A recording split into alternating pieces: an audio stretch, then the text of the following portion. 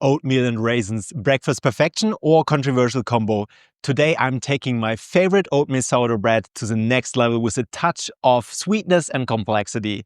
Raisins, love them or hate them, they make this bread incredibly flavorful and perfect for breakfast.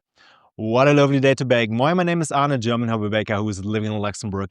In my last video, I made an honey oatmeal bread and I was honestly thrilled with how soft, fresh and delicious it stayed for a whole week.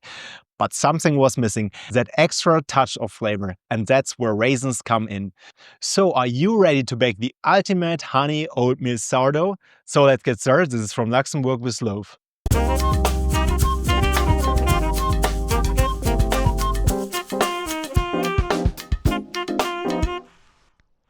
We prepare our soaked raisins the evening before by adding 200 grams of orange juice to 200 grams of raisins, and this glass will be kept in the fridge overnight. I'm also preparing my levain and porridge, and I'll link you the video from a previous bread so you can see how I made it. You need 210 grams of levain as well as 420 grams of our porridge. And then I'm taking here 700 grams of wheat flour and 100 grams of whole grain spelt flour, 550 grams of water and 60 grams of salt, and then our soaked raisins. And I'm getting rid of that orange juice later before adding them to the dough. And then it's time to add the water to the mixer, not put everything at once, leave a little bit aside for later. Then we add our flour mix to the mixer bowl, and then we add the levain.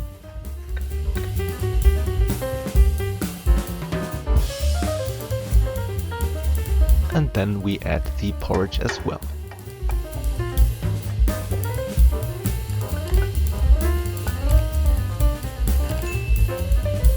And then we start the mixer and mix at low speed for about 10 minutes. After 10 minutes it's time to add the salt and increase the speed. And then we can add the remaining water bit by bit. After another 5 minutes it's time to add our soaked raisins and remove the orange juice before adding them and mix at low speed for about 2 to 3 minutes. And then it's time to do a window pane test, so weten your hands and then grab the dough and stretch it. And if it has this consistency, then your dough is ready. Then transfer it in a bowl and let it rest on the countertop for about 30 minutes. After 30 minutes we start doing coil folds. Therefore you weten your hands, you pull the dough up and you bend it over, rotate the bowl and do the same thing again. And then we rotate the bowl 90 degrees and do the same thing again. Then this will rest for about 30 minutes before we do a second set of coil folds. You can already see the consistency of the dough is a little bit stiffer, so it stays in shape way better and the surface is a little bit silky. After 30 minutes we do a third set of coil folds. And why we're doing that? Because in the first 2 hours the dough should develop the gluten network, and we are supporting that by doing this exercise. And after 30 minutes we do a fourth set of coil folds.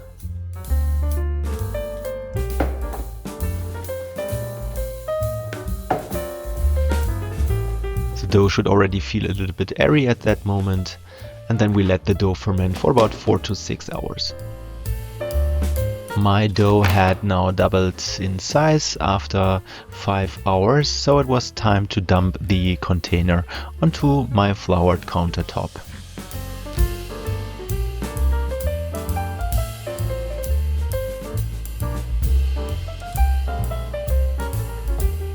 So as this is the dough for 2 loaves of bread, I'm dividing the dough into 2 portions. And then using the dough scraper to form nice round dough balls.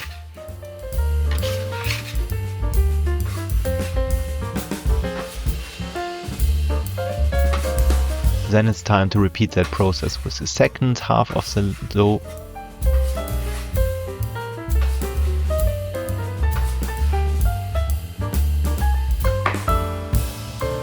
And then we need wet kitchen paper on a plate, and then we're also like preparing our oatmeal flakes, which we're going to put on top of the bread.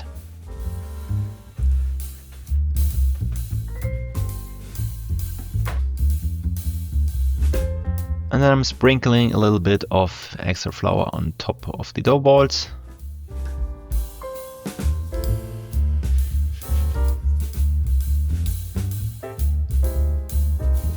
And then it's time to prepare our bannetons. Also like sprinkle some flour. That helps you later to get the loaves out of the bannetons.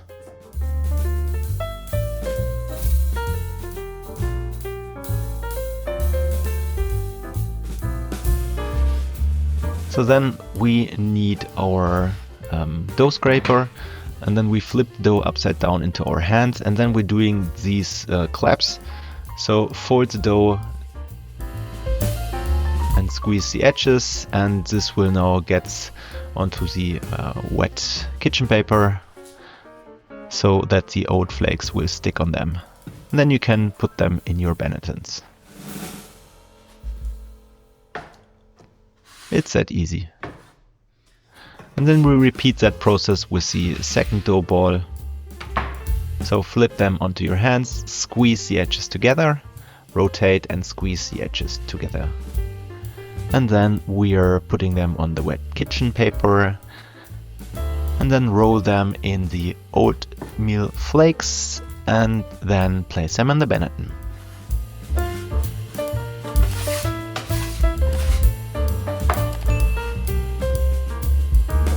And then you can seam the edges like I'm doing here.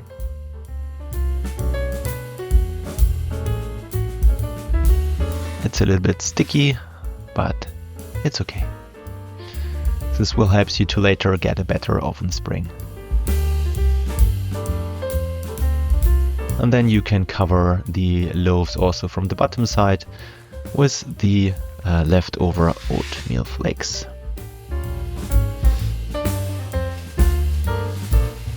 Then it's time to cover them with this plastic wrap, and they will be going into the fridge overnight. At the next day I saw they were slightly over fermented this time, but yeah, better over than under fermented. I'm having here my sliding board, just a wooden board, and some baking paper, and then I'm flipping the dough onto the baking paper.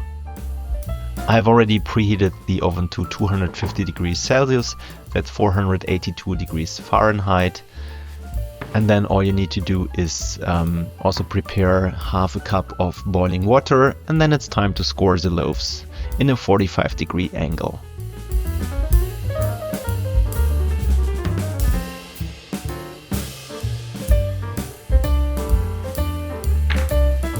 And then it's time to slide the loaves into the oven. I am having here my standard setup of 2 pizza steels, bake them for 15 minutes in between and with steam.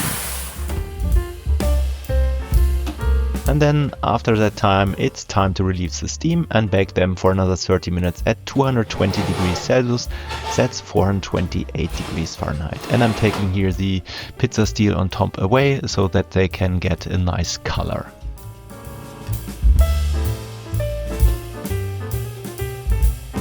And after 45 minutes in total, they look like this. Pretty gorgeous. Sound is good, so they can now cool down. So, after about 1 hour of cooling, it's time to give them a cut and see what they look inside.